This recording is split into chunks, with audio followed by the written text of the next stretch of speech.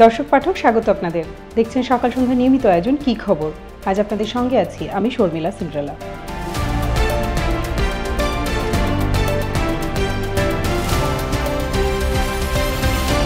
চলতি সপ্তাহে বিনোদন জগতে ঘটে গেছে নানা ঘটনা। তারুণ্যের উৎসব কর্মসূচিতে সারা দেশে সংস্কৃতি অঙ্গন মুখরিত করে রেখেছিল শিল্পকলা একাডেমি। এদিকে ৩ বছর পর নিজের বিয়ের খবর জানিয়েছেন অভিনেত্রী তমালিকা কর্মকার। ভালোবাসা দিবসের নাটকে অভিনয়ে চমক দেখাবেন সঙ্গীতশিল্পী পড়শি। মোশাররফ করিমের কণ্ঠে গান প্রকাশ করে চমক দিলেও শেষ মুহূর্তে থমকে গেছে চলচ্চিত্র বিলডাকিনের মুক্তি। তবে মুক্তি পেয়েছে অমিতাভ রেজা চৌধুরীর নতুন সিনেমা রিক্সা গার্ল। নিজের প্রথম সিনেমা আয়নাবাজি দিয়ে হইচই ফেলে দিয়েছিলেন অমিতাভ রেজা। এবার আমেরিকান লেখক মিতালি পার্কিন্সের উপন্যাস অবলম্বনে তিনি নির্মাণ করেছেন রিক্সা গার্ল, যাতে তুলে এনেছেন রিকশার শিল্পী ও রিকশার শ্রমিকদের গল্প। আজ কি খবরে আমরা কথা বলবো রিক্সা গার্ল চলচ্চিত্রটি নিয়েই। সঙ্গে আছেন নির্মাতা অমিতাভ রেজা চৌধুরী। অমিতাভ রেজা চৌধুরী, আপনাকে স্বাগত। দীর্ঘদিন পরে বড় পর্দায় আপনার সিনেমা মুক্তি পেল, শুরুতেই আপনার অনুভূতি জানতে চাই। ধন্যবাদ সকাল সন্ধ্যাকে আমাকে আমন্ত্রণ করার জন্য। আমি যে কোনো সিনেমা যখন বানাই তখন তো এক ধরনের এক্সাইটমেন্ট থাকে, এক ধরনের সম্ভাবনা থাকে, স্বপ্ন থাকে।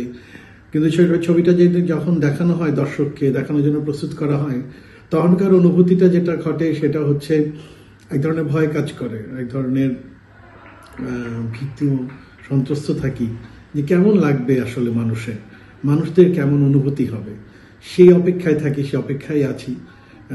ছবিটা মাত্র শুরু হলো, দেখা যাক মানুষের ফিডব্যাক কি আসে এবং সেটা থেকে আমি অনুপ্রাণিত হব হয়তোবা, আর আরো ভালো করার চেষ্টা করব। যেসব ভুলভ্রান্তি আছে সেগুলো পরবর্তী ছবিতে যাতে না থাকে সেটা চেষ্টা করব।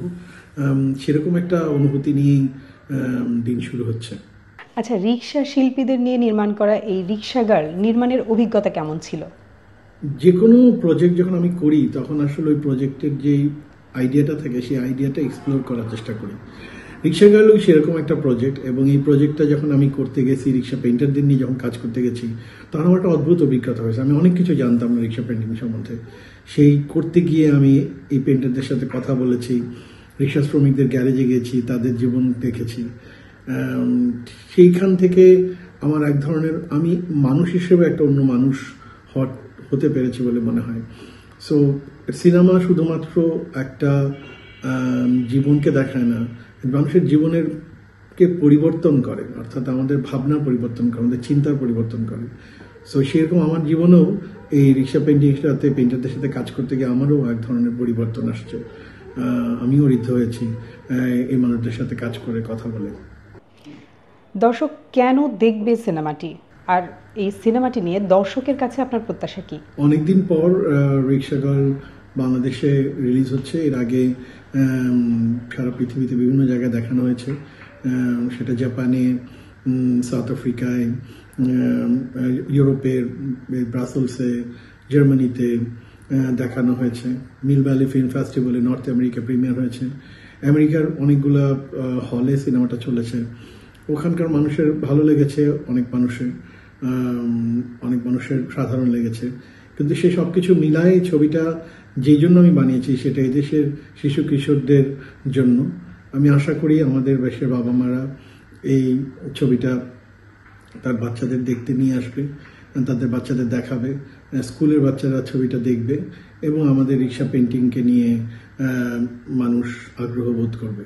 এই ছবিটা মানুষ এই কারণে দেখবে যে ছবিটার মধ্যে এমন একটা গল্প আছে, যে গল্পটা ইন্সপায়ারিং, যে গল্পটা হিরোজ জার্নির গল্প। সো এই জার্নির মাধ্যমে মানুষ যদি নিজেকে একাত্মতা ঘোষণা করে ওইখানে, তখন ওই মানুষের নিজের জীবনের যেসব লড়াই আছে সেই লড়াইগুলা অতিক্রম করার চেষ্টা করবে এবং মানুষ ভাববে যে মানুষ যেটা করতে চায়, সে যদি চায় সেই জায়গায় পৌঁছাতে পারে ইচ্ছা করলে। সেরকম একটা জায়গা থেকে রিক্সা গার্ল নির্মাণ করা। যে রিক্সা শিল্পীদের নিয়ে চলচ্চিত্রটি তৈরি, সেই রিক্সা শিল্পীদের এই চলচ্চিত্র দেখানোর কি কোনো আয়োজন থাকছে? অবশ্যই এদেশের রিক্সা শ্রমিকদের নিয়ে একটা শো করার ইচ্ছা আছে। খুব তাড়াতাড়ি আমরা সেটা করব। প্রচুর পরিমাণে সেটার একটা আয়োজন করা হচ্ছে। আমরা চাই দেশের একটা শো আমরা রিক্সা শ্রমিকদের উৎসর্গ করে করতে পারি। আমি একটা গান করেছি রিক্সা শ্রমিকদের উৎসর্গ করে, এবং সেরকম করে রিক্সা শ্রমিকদের নিয়ে যাতে একটা শো করা যায় সেটা চেষ্টা করব। আমাদের দেশে রিক্সা শ্রমিকদের ইতিহাস অনেক দিনের। শুধুমাত্র রিক্সা শ্রমিকরা তো রিক্সা চালায় শুধু না, আমরা জানি যে 69-এর গণ অভ্যুত্থানের একটা মূল শুরু হয়েছিল রিক্সা শ্রমিকদের একটা আন্দোলন থেকে, এবং মাওলানা ভাসানীর যেই আন্দোলন হয়েছিল যেখানে যে সময় শুরু হয়েছিল সেটার শুরুটা কিন্তু রিক্সা শ্রমিকদের একটা বড় মুভমেন্ট ছিল ওখানে। একইভাবে 24-এ এসে কিন্তু আমরা দেখেছি রিক্সা শ্রমিকরা কিভাবে আমাদের এই পুরো অভ্যুত্থানে ক্যাটালিস্ট হিসেবে কাজ করেছে। তারা শুধুমাত্র আমাদের আহত নিহতদের নিয়ে যাতায়াত করেনি, তারা এক সময় সাপোর্ট দিয়েছে। আমি এখনো ভুলতে পারি না সেই স্যালুট দেওয়া সেই ছবিটার কথা। সো আমার কাছে এই ছবিটা মনে হয়েছে এই ছবিটা শুধুমাত্র শিশু কিশোরদের জন্য না, এদেশে রিক্সা শ্রমিকদের প্রতি এক ধরনের ট্রিবিউট দেওয়ার মতো একটা ছবি। সো আমি তাদের জন্য ছবিটা বানিয়েছি। আমি চেষ্টা করবো তাদেরকে আরো বেশি বেশি করে দেখাতে, যাতে টিকিট এবং এমন কিছু পাওয়ার ব্যবস্থা করা যায় যাতে তারা সহজে ছবিটা দেখতে পারে। সেটা আমার উদ্দেশ্য থাকবে, সেটা আমার আশা থাকবে। এছাড়াও এদেশের সাধারণ মানুষ, মধ্যবিত্ত সবার জন্য এই ছবিটা আমি নির্মাণ করেছি। আপনারা ছবিটা দেখুন এবং ছবিটা দেখে ছবিটার ভুল ত্রুটি আমাকে বলুন। ছবিটা যদি আপনাদের এন্টারটেইন করে তাহলেই আমার সবচেয়ে ভালো লাগবে। একটা ফিল্ম মেকারের এর চেয়ে বেশি আর কোনো কিছু চাওয়ার থাকে না। আসুন সিনেমা হলে রিক্সাগাল পরিবার নিয়ে সবাইকে নিয়ে দেখুন। অমিতাভ রেজা চৌধুরী, আমাদেরকে সময় দেওয়ার জন্য আপনাকে ধন্যবাদ। দর্শক, দেশ ও বিদেশের আরও অনেক খবর প্রকাশ করেছি আমরা। এসব পড়তে ভিজিট করুন সকালসন্ধ্যা.com। আমাদের পাবেন ফেসবুক ও ইউটিউবে। সকাল সন্ধ্যার সঙ্গেই থাকুন।